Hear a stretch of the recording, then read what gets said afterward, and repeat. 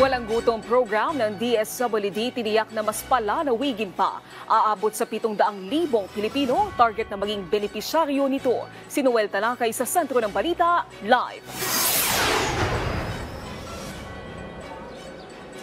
Naomi, nandito ako ngayon sa Tondo, Manila at isa nga sa mga barangay dito, ang Barangay 117 kung saan dito nakatira si Mang Anselmo Brosas, ang nanalo ng regional champion ng cooking competition ng Department of Social Welfare and Development o DSWD at kaninang umaga binisita ito ni Secretary Rex Gatchalian.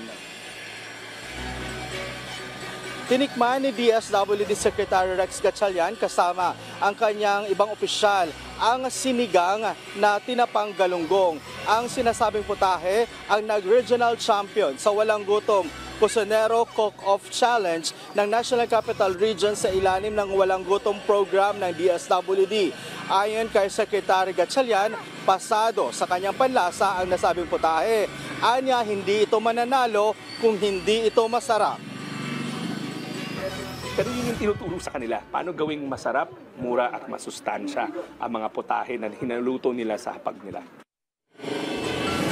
Gawa ito ni Mang Anselmo Brosas ng Tondo, Manila, isang tendero ng tinapang galunggong. Isa rin si Mang Brosas sa mga nakakatanggap ng walang gutong food credit na nagkakahalaga ng 3,000 pesos buwan-buwan.